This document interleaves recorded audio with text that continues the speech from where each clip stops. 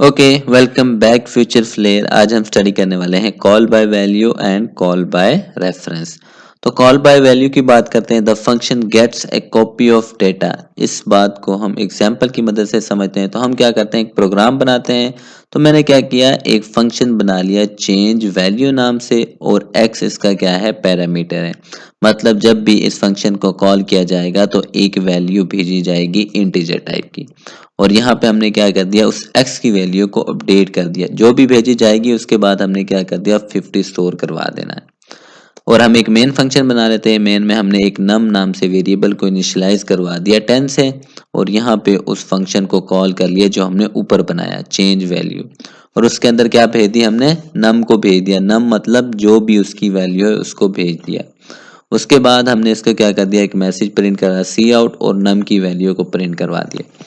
अब इसको समझते हैं, इसी एग्जीक्यूशन को समझते हैं और देखते हैं कॉल बाय वैल्यू का मतलब क्या है। साथ में हम क्या कर लेते हैं, एक मेमोरी बना लेते हैं। ठीक है, तो जैसे ही प्रोग्राम की एग्जीक्यूशन स्टार्ट होती है, हमारा कंपाइलर मेन फंक्शन को ढूंढता है। तो जैसे ही उसे मेन फंक्शन मिला तो फर्स्ट लाइन उसे मिली नम।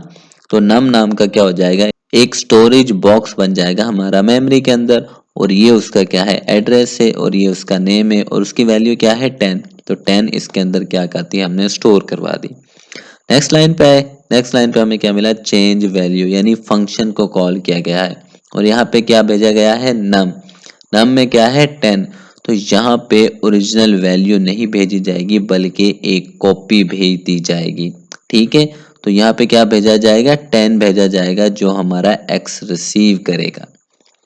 ठीक है, अब देखो एक्स नाम का भी क्या बनेगा, स्टोरेज बॉक्स बनेगा। ठीक है, मेमोरी के अंदर ये उसका एड्रेस है, ये नेम है।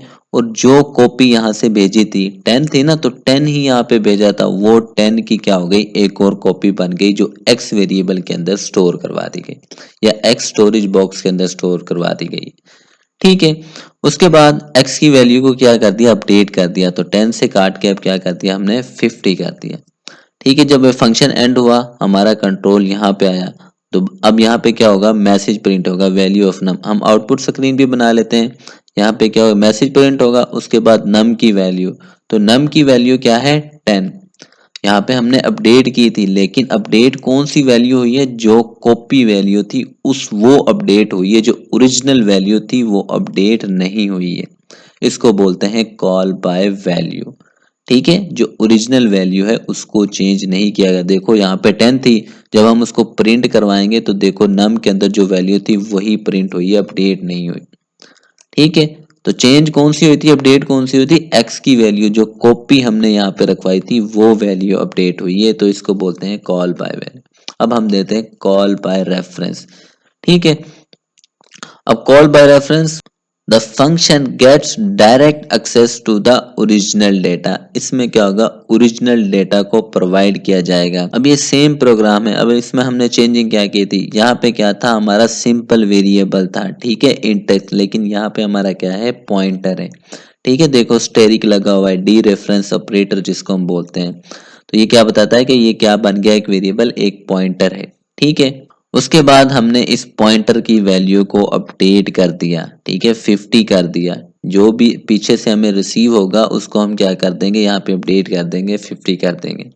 और ये हमारा मेन फंक्शन है, यहाँ तक सेम है। सिर्फ यहाँ पे हमने क्या भेजा है, एड्रेस भेजा है। यहाँ पे हम क्या भेज रहे थे, उस डेटा को भेज रहे थे, 10 है ना, तो 10 भेजा जा रहा था। यहाँ पे डेटा नहीं भेजा गया, यहाँ पे क्या भेजा गया है, एड्रेस भेजा गया है नम वेरिएबल का। ठीक है, तो हम इसकी भी एग्जीक्यूशन को देखते हैं। तो सबसे पहले इस लाइन पे आएगा हमारा कंट्रोल।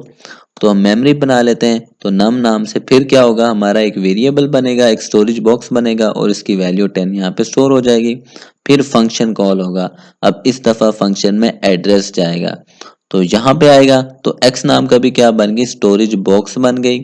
और इसमें क्या स्टोर होगा, यहाँ पे क्या चीज जा रही है, एड्रेस ऑफ नम। तो नम वेरिएबल का एड्रेस क्या है, ये है 0x100। तो ये यहाँ पे स्टोर हो गया इस दफा। ठीक है, उसके बाद ये जो asterisk x is equal to 50, जो ये हमारा स्टेरिक x है, ये डायरेक्ट किसको एक्सेस कर रहा है, हमारे इस नंबर को, इस वैल्यू को एक्सेस करता होता है। ठीक है, क्योंकि इस वेरिएबल में क्या है, पॉइंटर में एड्रेस है। और ये डायरेक्ट जब हम स्टैटिक से इस तरह से अपडेट करते हैं तो ये डायरेक्ट उस वैल्यू को एक्सेस कर रहा है जिस वेरिएबल का एड्रेस इसके अंदर स्टोर है, उसी की वैल्यू को एक्सेस करता है। ठीक है, तो अब देखो यहाँ पे 10 था तो यहाँ पे हमने क्या कर दिया 50, तो अब ये वैल्यू अपडेट हो जाएगी, 10 से कट के 50 हो गई। अब यहाँ पे देखो ओरिजिनल जो डाटा था हमारा नम का, उसी में चेंजिंग हुई थी। यहाँ पे क्या हुआ था, कॉपी ऑफ डेटा में चेंजिंग हुई थी, यहाँ पे ओरिजिनल डेटा में चेंजिंग हुई है। इसको बोलते हैं call by reference. Function get direct access to the original data, तो यहाँ पे डायरेक्ट हमने ओरिजिनल डेटा को अपडेट किया। उसके बाद जब हम इसको फंक्शन एंड हो जाएगा तो यहाँ पे आएंगे, यहाँ पे क्या होगा, हमारा आउटपुट स्क्रीन बना लेते हैं, तो ये मैसेज प्रिंट होगा और नम की वैल्यू क्या है 50। देखो जो हमने यहाँ पे अपडेट की थी तो ओरिजिनल वैल्यू ही अपडेट हुई है पॉइंटर्स की मदद से, कॉल बाय रेफरेंस की मदद से। ठीक है, यहाँ पे जब हमने किया था, जो हमने इनिशियलाइज करवाया था वही प्रिंट हुआ था, लेकिन यहाँ पे जो हमने इनिशियलाइज करवाया है उसको यहाँ पे अपडेट कर दिया हमने, और फिर जो अपडेटेड वैल्यू है वही प्रिंट हुई है। देखो हमारी मेमोरी में अपडेटेड वैल्यू 50 है, तो 50 प्रिंट हुई है। ठीक है, तो ये मेन डिफरेंस है हमारा कॉल बाय वैल्यू और कॉल बाय रेफरेंस में। आई होप आपको समझ आ गई होगी। कोई क्वेश्चन हो तो लाजमी पूछेगा, चैनल को लाजमी सब्सक्राइब कीजिएगा। ओके।